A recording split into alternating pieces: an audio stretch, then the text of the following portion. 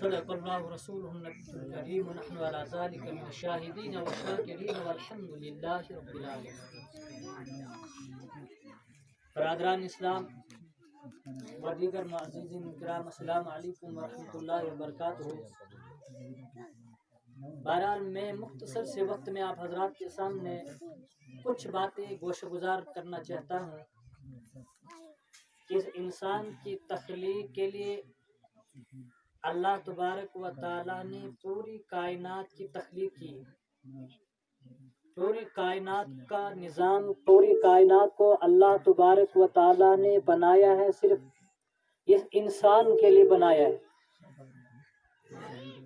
لیکن اس انسان کو سمجھنا چاہے کہ اللہ تبارک و تعالیٰ نے جب پوری کائنات کا وجود کیا ہے، یہ کس انسان کے لیے، اور وہ کون سا انسان ہے جس انسان کے لیے ہم سب کو پیدا کیا گیا ہے۔ اس لیے میں ایک شعر کہتا ہوں، سب سے پہلے نشیت کے انوار سے نقش محمد کو بنایا گیا، سب سے پہلے نشیت کے انوار سے نقش محمد کو بنایا گیا، پھر اسی نقش سے مانگ کر روشنی مانگ کر کون و مکان کو سجایا گیا۔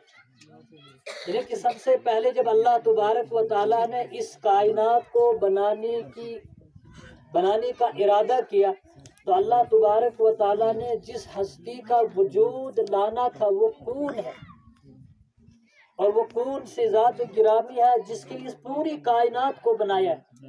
اس لیے میں اکثر ایک مثال دیتا ہوں کہ ہم سب سکولوں میں پڑھے ہوئے ہیں۔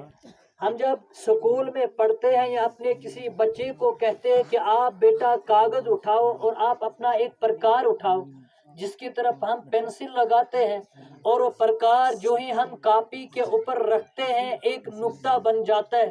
جو نقطہ ابھی نظر نہیں آتا ہے، وہ نقطہ جب بن جاتا ہے نظر نہیں آتا ہے۔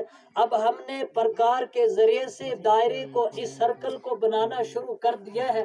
اب جب ہم نے اس پورے سرکل کو بنانے کے بعد اس پرکار کو اٹھایا ہے، وہ نقطہ جو سب سے پہلے بنا تھا، جس کا وجود پرکار دباتے ہی ہوا تھا، اسی پرکار کے اٹھانے کے بعد وہ اس نقطے کا ظہور ہمارے سامنے آ گیا۔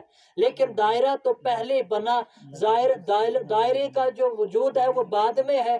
بنا تو پہلے ہمارے وجود، ہمارے ظہور، ہمارے آنکھوں کے سامنے تو پہلا دائرہ نظر آتا ہے، لیکن جو وجود، جو سرکل کا جو سینٹر ہوتا ہے، جو بیچ والا نقطہ ہوتا ہے جو پرکار کے ذریعے سے بنتا ہے، وہ ابھی نظر نہیں آتا ہے۔ جب سرکل بن جاتا ہے، گول دائرہ بن جاتا ہے، جب ہم اس پرکار کو اٹھاتے ہیں وہ تو نظر آ جاتا ہے۔